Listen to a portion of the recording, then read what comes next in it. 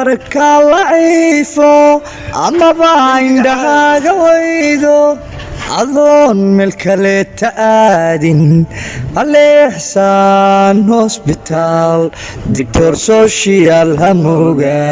hamogaan doctor social hamogaan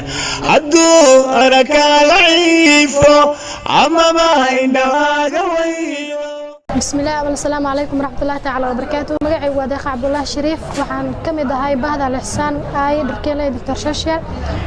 وحان كهول قلاء وان قابل سنة هاي قيبتا عبيراد أرقا يوصاريستا كمبيوتر كأرقا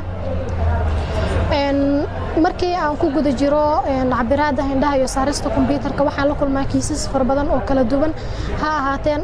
aragtida dhow ha ahaateen aragtida fogdada ee dhibeyso xitaa ha ahaadeen dad labada aragti hore iyo hoos ay u fiican tahay laakiin uu dhibayo iftiinka uu dhibayo taasoo ay xitaa laga yaabo inay saameyso aragtidooda fog sidoo kale qofka markuu noo imaado waxaan saaraa computerka oo indhaha computerkaas oo dhow ka caawinayo qofkan haddii aragtidiisa ay yaraato garaadii aad u qori lahayd computerka markii aan saarno waxaan u gudbinaa qaybta cabiraada indhaha ka hor intaan cabirka la guda galin waxaa jira wax sanbala qofka lagu fahansiinayo habka uu cabirkii u dhici lahaa kadib markii la fahansiiyo habka uu cabirku u dhici lahaa qofka kadib ayaa la guda galaya habka oo cabiraada indhaha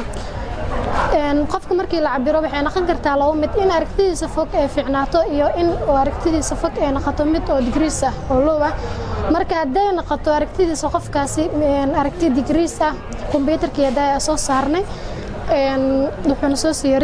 resultigaas lagu dhaqaaqa oo lagu soo saara garaado qofkaasi aragtida ka dhiman uu ku arki lahaa waxaan fariin hawada u marsiinaya bulshooyinka Soomaaliyeed meel kasta ay ku sugan yihiin in laga taliyo aad ku dadaashiin caafimaadka indhaha aragtidu waa qaybta ugu muhiimsan xubnaha bini'aadamka waxaan idin leeyahay ku dadaal caafimaadka indhihiina insha Allah. Assalaamu calaykum waraxmatullaahi ta'ala wabarakaatuh. Doctor social hamogaan doctor social hamogaan